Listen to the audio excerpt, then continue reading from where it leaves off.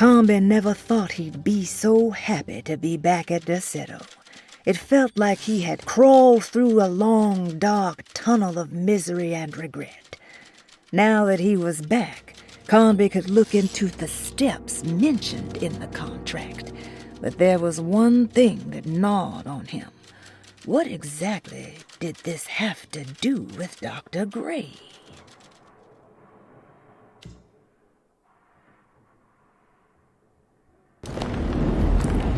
Just what this evening needed. Some ambiance.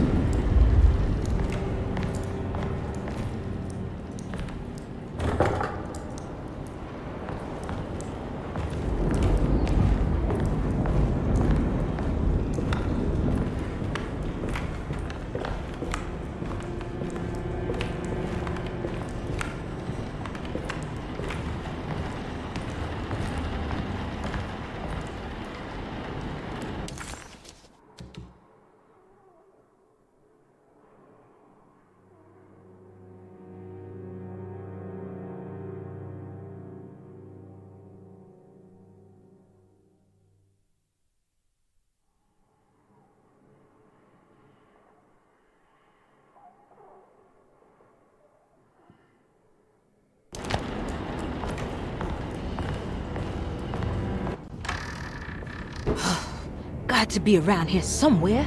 He wouldn't leave this house. I don't know what to think anymore. You run into that detective fella? Who is he?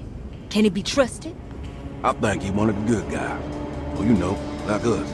Will he be all right with her coming? Praise the mother. You don't need to know about all that.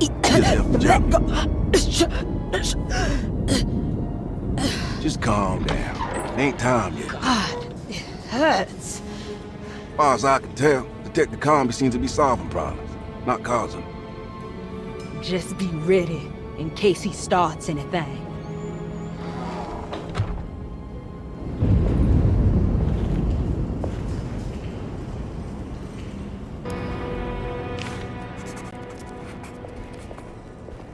The two orderlies still hadn't found Jeremy. Carnby figured this was good news. Emily had reminded him about some strange deaths at Deseto, and Carnby wasn't sure who he could trust.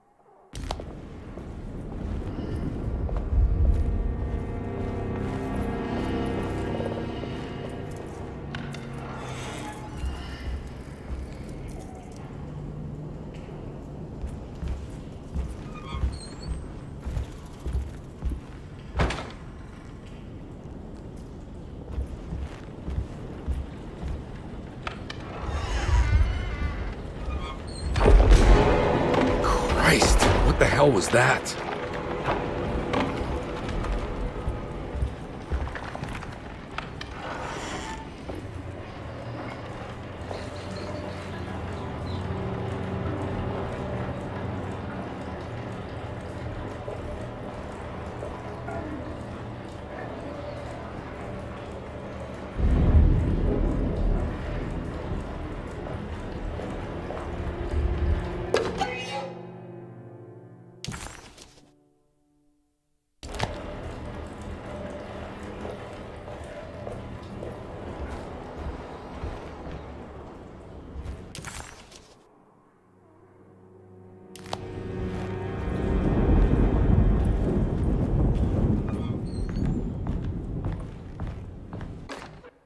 We must have faith that Jeremy's pact with the Dark Man is a bluff.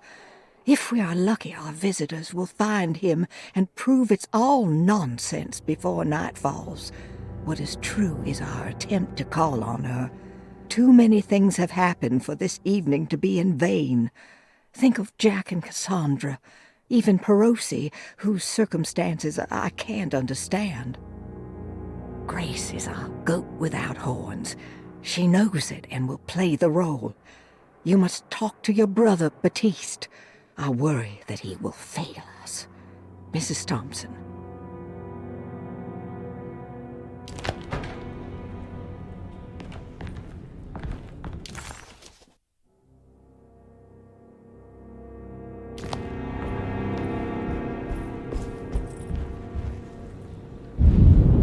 It's blocked.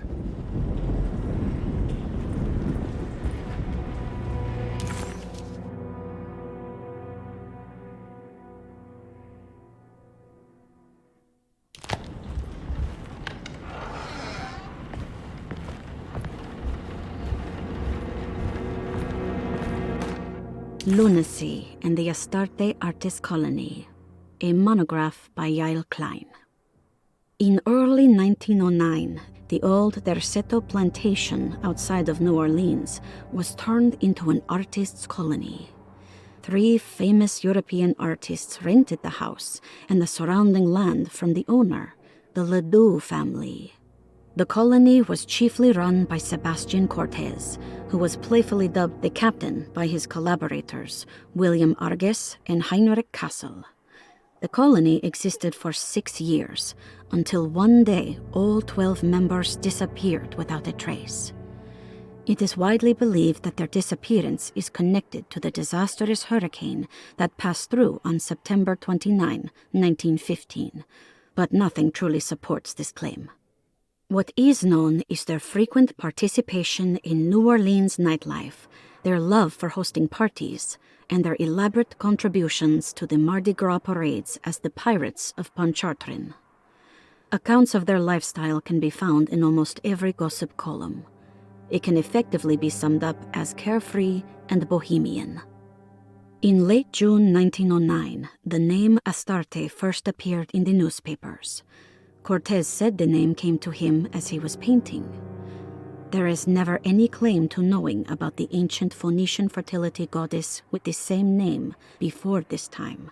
His fellow colonist Heinrich Kassel did know, because he later produced sculptures that show clear references to ancient idols of the goddess. It's impossible to know for sure how this name suddenly made an appearance, but it is interesting because of Derceto's history.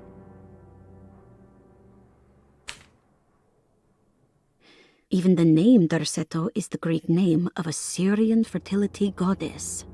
In the case of naming the plantation, Derceto was certainly not an accident. We know that Elijah Pickford intended to build a temple for his cult, for he had distributed pamphlets 2 years prior to the purchase of the land, advertising his intentions. His followers were estimated to be almost 100 men and women, mostly sailors, Maroons, and Cajuns, when the plantation was built. To outsiders, Derceto registered as an ordinary slave plantation, which enabled Pickford and his flock to remain hidden for decades. The official story is that the cult lasted until 1862, when the Union Army came and burned down the plantation and scattered all who lived there. Following the Civil War, new people started to congregate in the ruins of Derceto to invent a new fertility goddess, the Shub-Niggurath.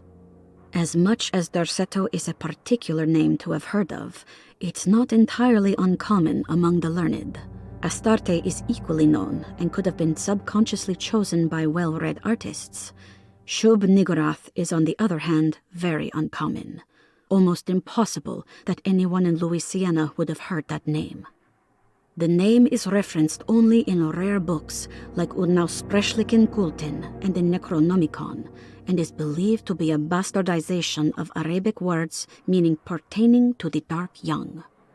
The few paragraphs printed on the goddess are so upsetting that no one in their right mind would want to build a religion resting on such qualities. The Shub-Niggurath cult was hard to get rid of, but it is believed that despite the police jailing and killing several cultists over the years, the main culprit in the cult's demise is the cult itself, which seems to line up with every instance of cult activity on Derceto's grounds. When Captain J.W. Norton of the Union Army arrived, he described the people at Derceto as malnourished and maniacal. As much as the army tried to save them, they fought back with fervor, as if nothing was going to stop them from slowly destroying themselves. While the disappearance of the Astarte artist colony remains a mystery, the recurring motif seems to suggest that their fate involved lunacy and a hunger for self-sacrifice to that fertility goddess with 1,000 names.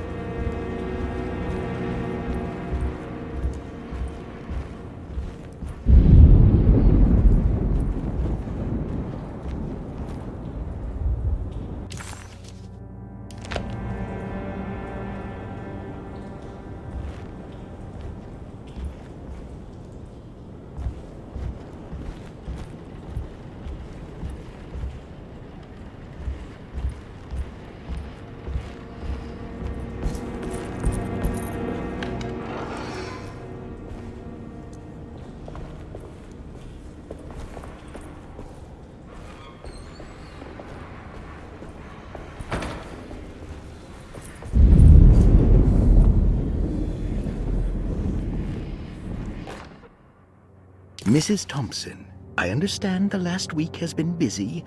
Under these circumstances, I find it important to remind you that Derceto's concerns are not a public matter, nor is it something that should upset you. Please continue your excellent work, and don't spend a thought on the death of Perosi, or, more importantly, the suicide of Cassandra Beauregard. They should mean nothing to you or the staff. I rely on your loyalty, and trust that your close kinship with the Tabois siblings will keep Derceto's secrets hidden. Dr. Gray.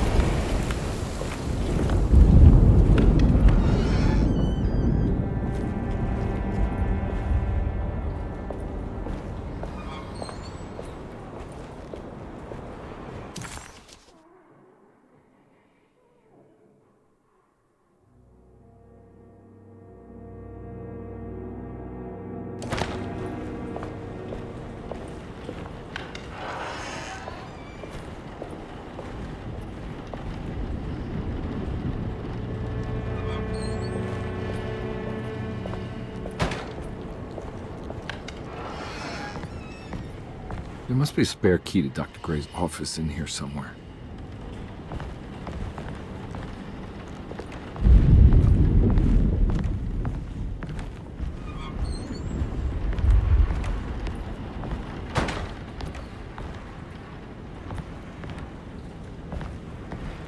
I don't have the combination for this, but maybe Jeremy did.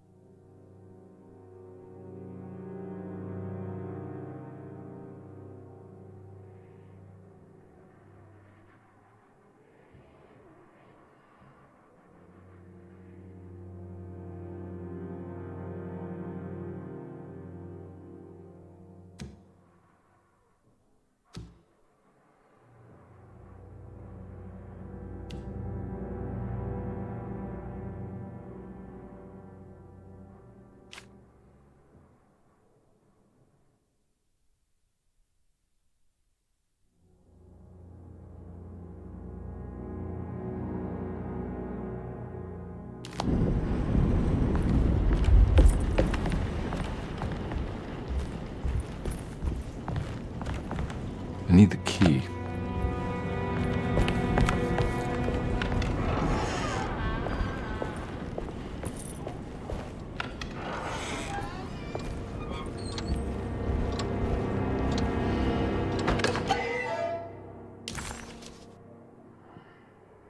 What a terrible thing to recognize that your betterment was an illusion.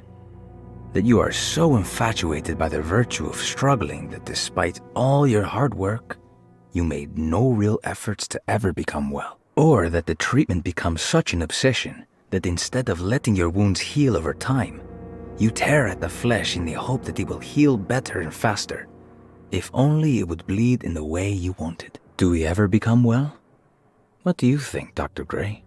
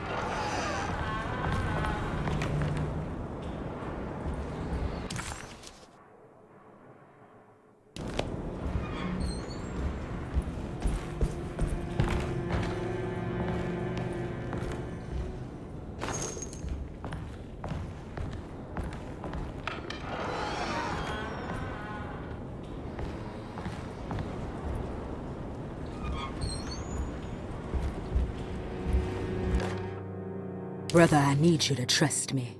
This is the most important moment in our family's history. I know you have doubts and that the terrible Mama Loa told you lies. I would never betray you. I promise. Lottie.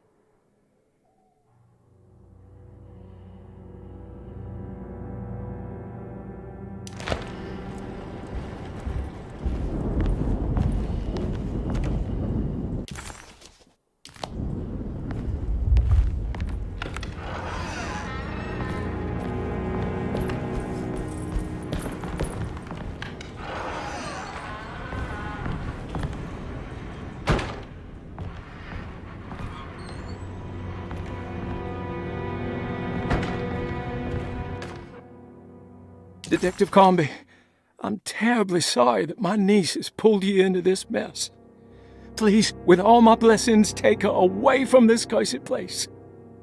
I have destroyed that Eater of Worlds and locked it away in the attic and retreated to a place of hiding. Tell Emily I'm safe. Tell her all the lies you can think of to make her listen. Take her back to New Orleans. Sincerely, Jeremy.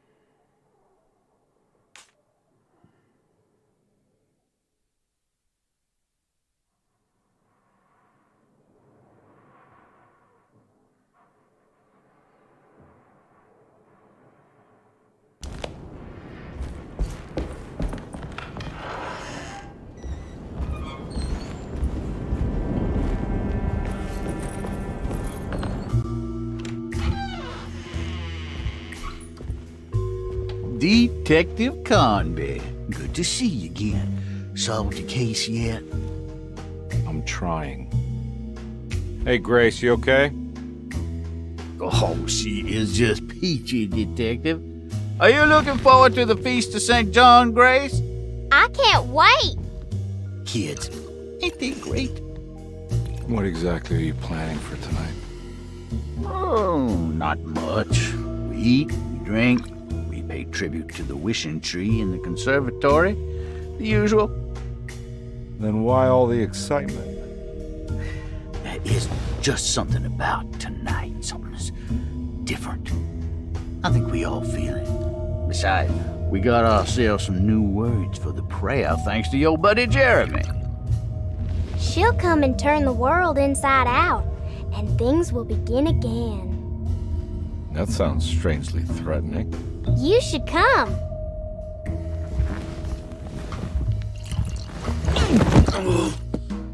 God damn it, Grace. Stay put for once.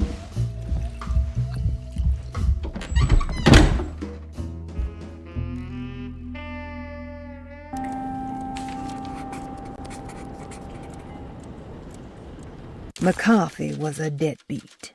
His mere presence annoyed Carnby. It was like watching the worst version of himself mock him by simply being worthless. While Carnby enjoyed watching the child outplay the drunkard, there was something terrifyingly familiar about Grace.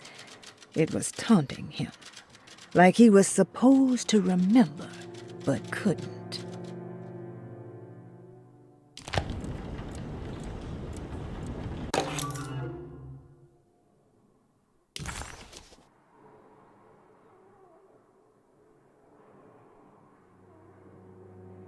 Better hold on to these. Wouldn't want them to get lost.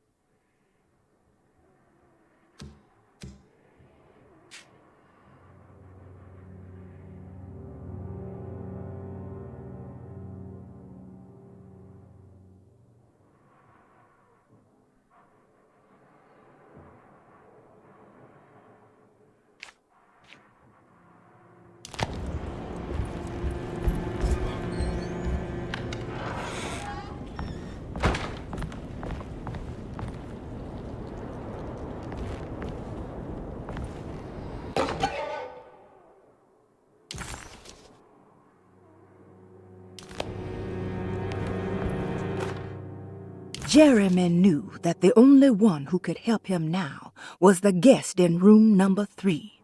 The room seemed to have been empty for so long. But that wasn't allowed to be true. The story needed to be different. To include something from the outside, he would bring the guest back to room 3 and show them what was in that safe. 913. But those were not the right numbers. That was the combination for the safe in the clerk's office.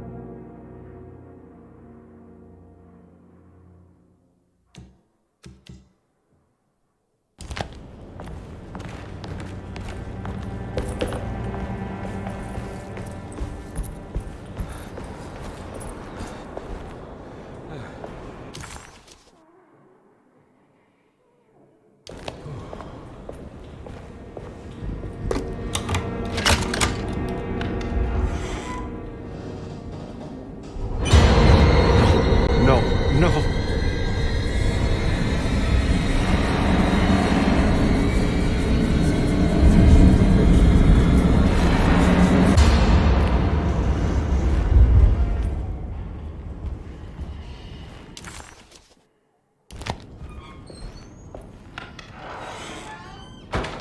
Surprisingly neat. Maybe I've been selling that old barfly short.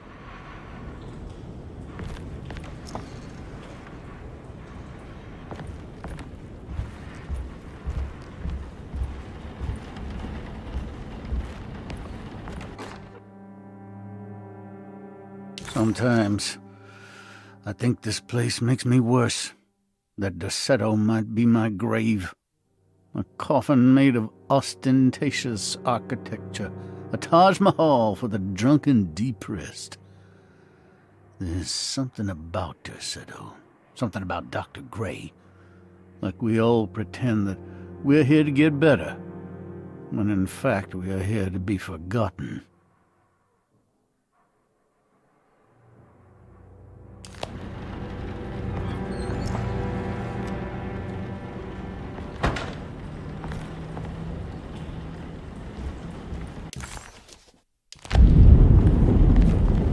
Looks like McCarthy has something hidden inside.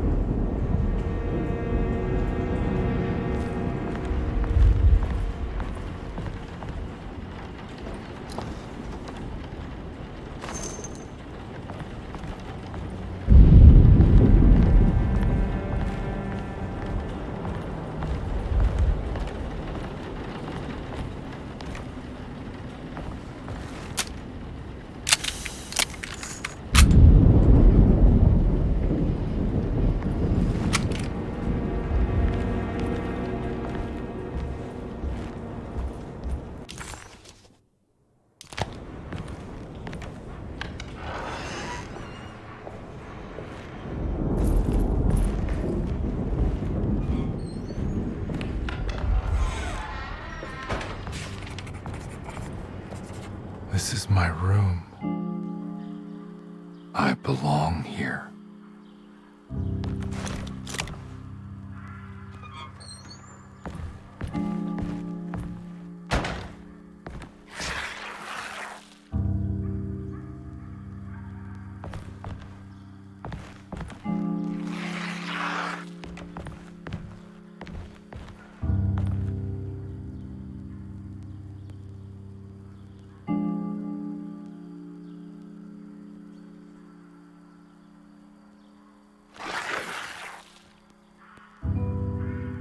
I know that number. Where's that from? I did this. I wrote that.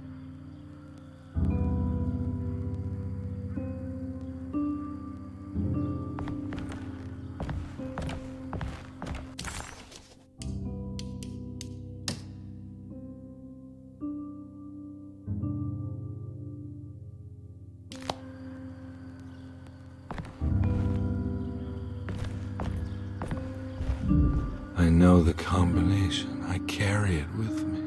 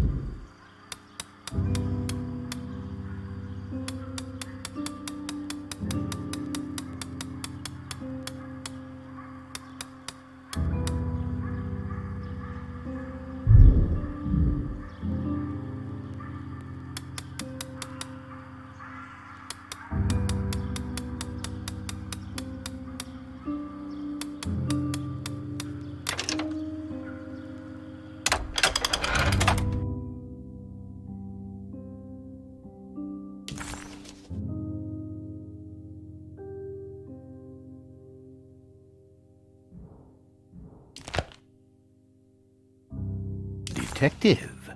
I have made many discoveries in my case. The child we want is safe, thanks to good people like me and you.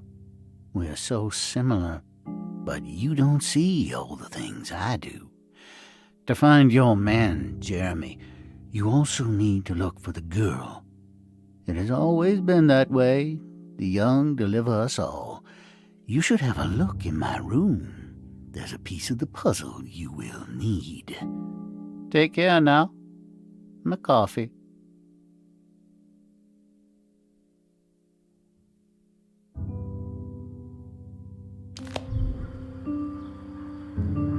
How long have I been here?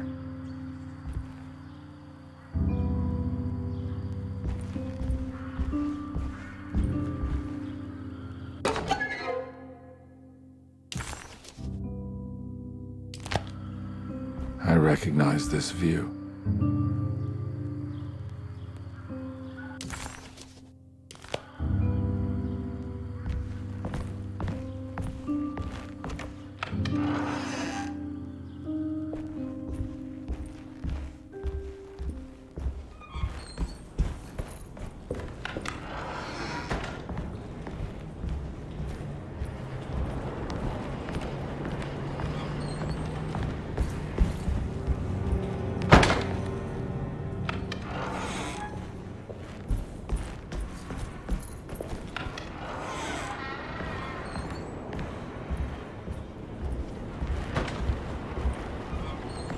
Looks like McCarthy has something hidden inside.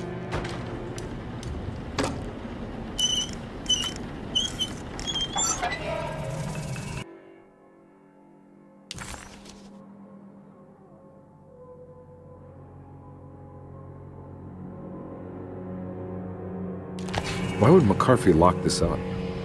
Was he trying to keep Grace from completing the shame?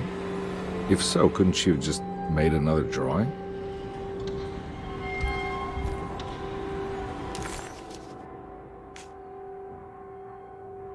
The empty room always felt familiar. It had a mild fragrance of crushed leaves and wet sand that somehow convinced visitors that they belonged. It wasn't real, of course, but it was more real than many other things you could find.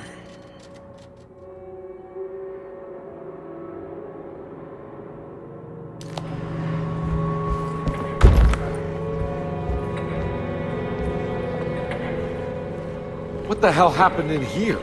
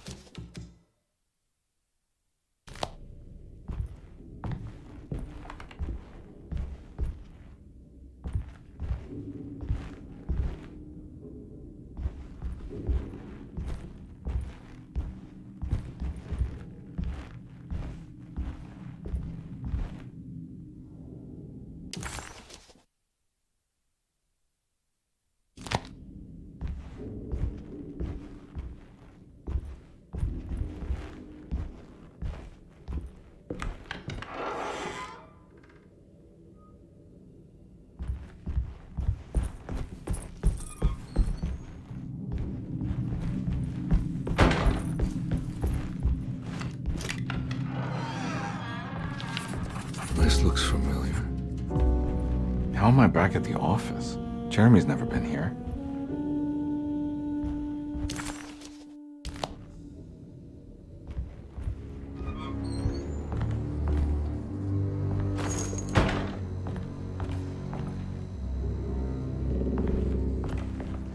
That's me. How long had it been since I drowned myself in drink and depression? It had all felt so peaceful, slipping away into oblivion. A welcoming, dark voice wrapped around my mind like a heavy blanket.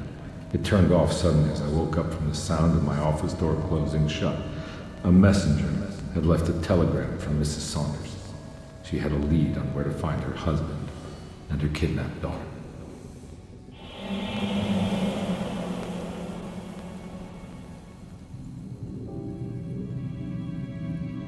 God, I used to drink so much back then. When was this exactly? What case was I working?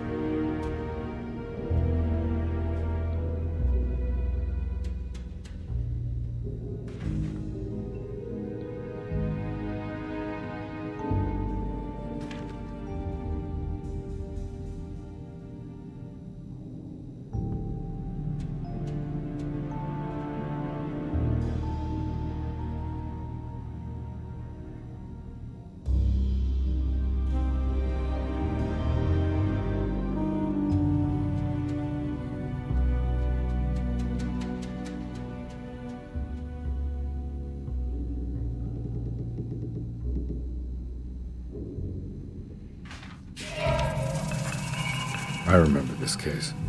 Some kid got taken by her father, headed out of state, but he had made a mistake by selling a painting that his wife actually cared about to a collector named Thornhill to fund his venture. That's how I tracked him down. At least I think so.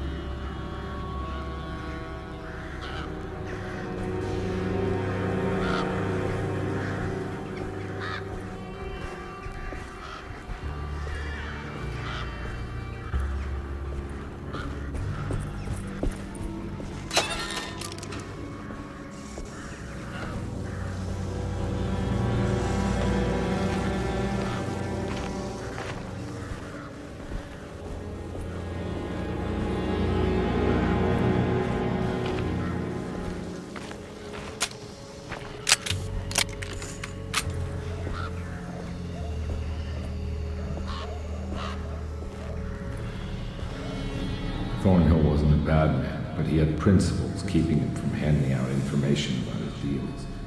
So he needed some convincing.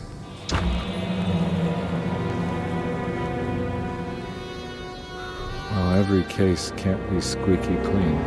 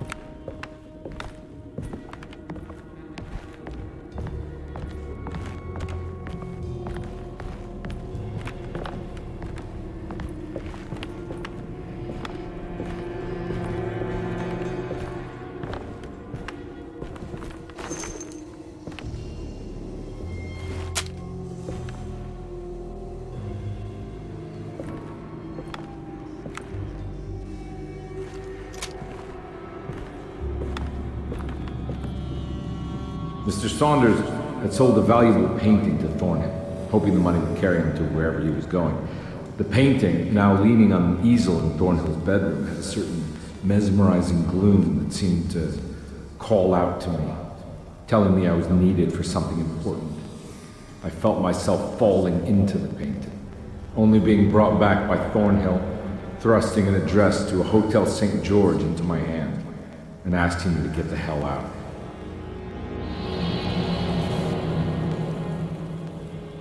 I don't remember this at all, but I can't say it didn't happen.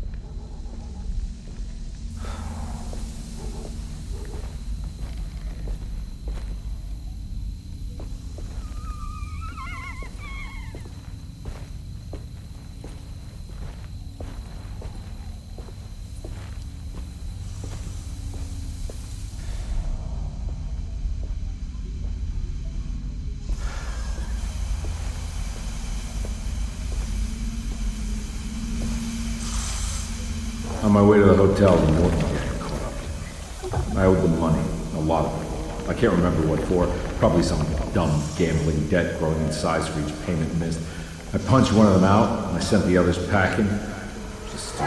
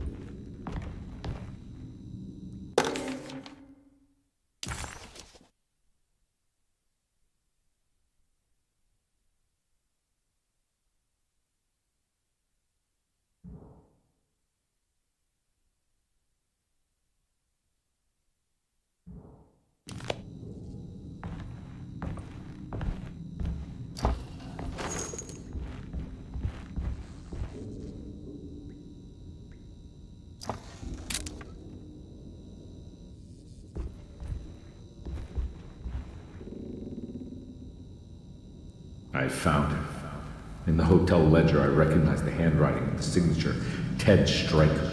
It was him. I could feel it. It was the kidnapper I was hunting. I put on my knuckles and hurried up to his room.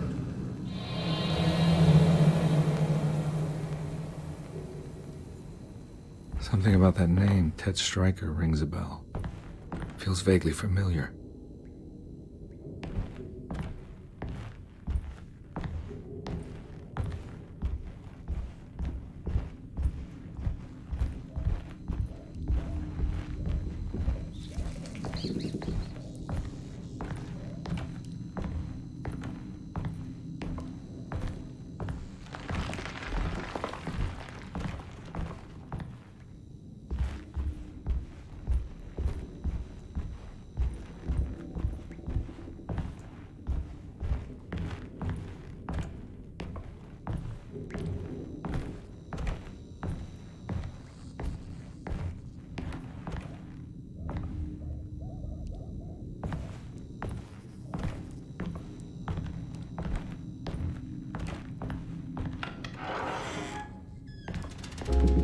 I recognize this room, but I didn't catch up with them here.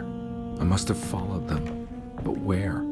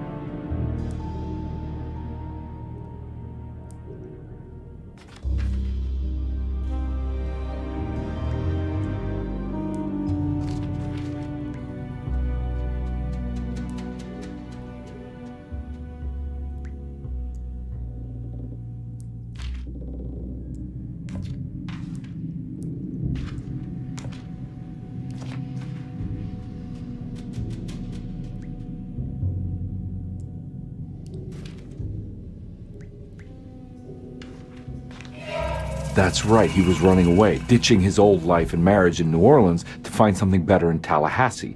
And he took his daughter with him against the will of the mother. That's why she hired me. But I stopped him.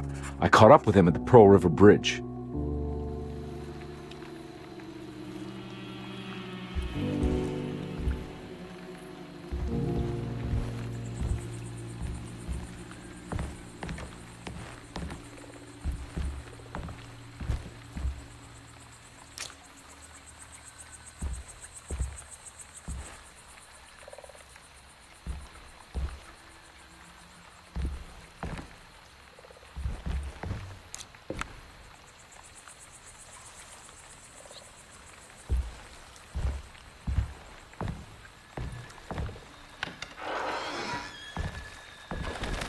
Pearl River. This is where I caught up with them. This is what the Dark Man wanted me to revisit. But I'm still not seeing it. What am I forgetting?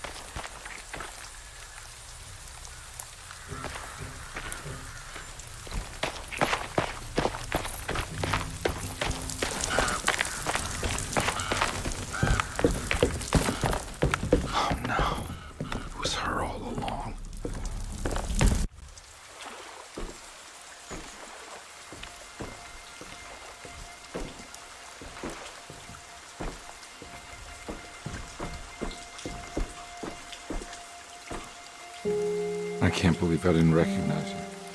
I looked a little different back then, I suppose. Was any of this real? How do you mean? This day, just... so much is happening. I can't... I think I've lost my head. Do you need me to apologize? I mean... I am sorry. I don't think I can even begin to explain. You're just a kid, Grace. I'm really sorry. I didn't mean for it to happen. Lies. More lies. No, really. I thought I was being a good guy by handing you over to your mother. I didn't know. I couldn't have known that she wouldn't care about you. I don't know how this works. What is this for? Some form of admission of guilt. Maybe acceptance. It's what the Dark Man wants. I guess we just watch my father die again then. You think he's alive? I know he is. He's down there, scared that he won't be able to get out. That he will drown with his daughter again. What are you saying? We gotta save him! We? Do it yourself. I'm down there with him, remember?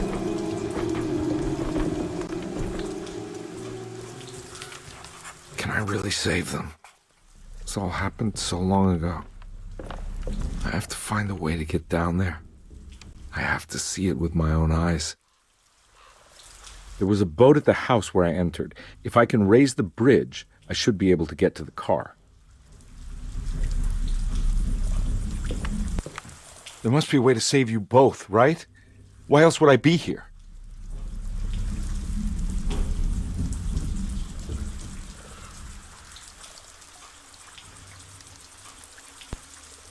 Don't worry, kid. I'll think of something.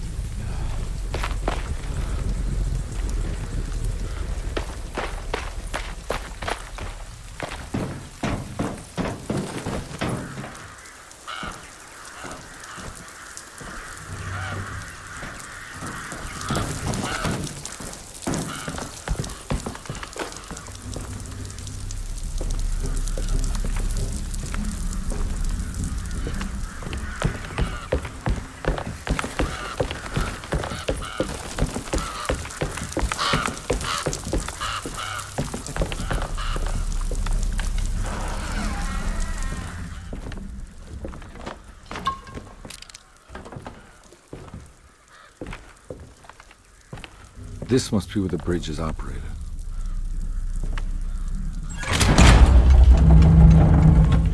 Nothing's happening. It's like something's holding it back.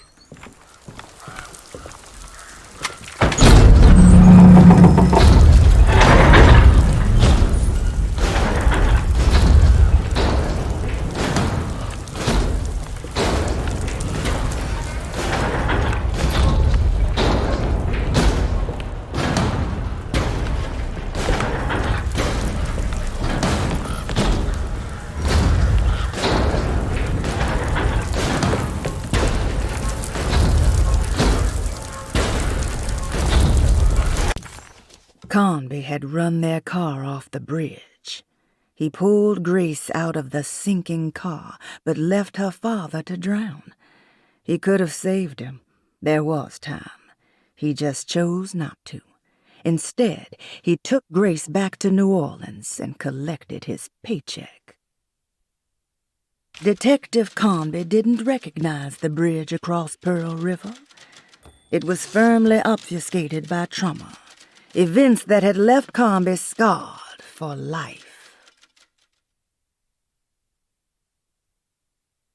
The kidnapper had sold a painting to Thornhill, the collector, to pay for a car and enough gas to get out of Louisiana. Detective Carnby was suddenly reminded of shaking him down to find out where the kidnapper was hiding. St. George's Hotel by the park. Carnby vaguely remembered the case of the missing child. She was kidnapped by her estranged father. There was some connection to a gallerist named Thornhill, a painting sold to pay for a getaway. He was back in the French Quarter, his office to be exact, a place Jeremy had certainly never seen. It could only mean that the dark man had reached inside Edward's mind and conjured this place for him to suffer.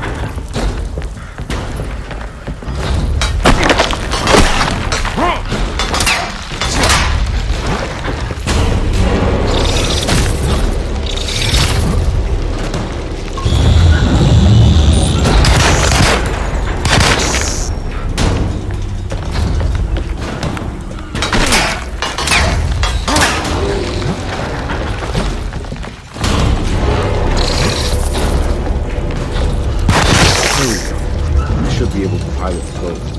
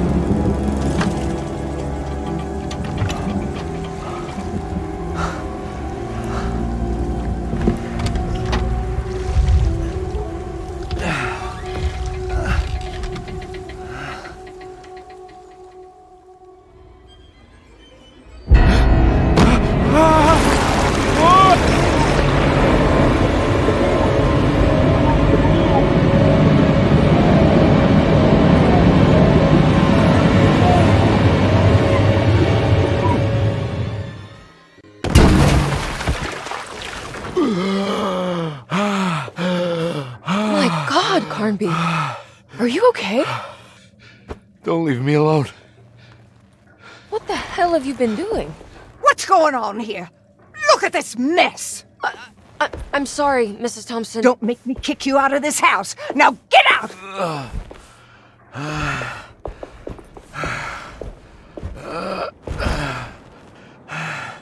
Hey, Detective. Mr. Carnby. I'm really worried about you. I'm okay. I just need to catch my breath for a moment. This place? There are some very disturbed figures around here. And I don't think it's just the patients. I've been reading some things about how Derceto has a deranging effect on people. I think it might explain things. What? Just take it easy, okay? I'm gonna go find a way into Dr. Gray's apartment. I want to know what he's hiding. Emily, don't worry. I think I'm close.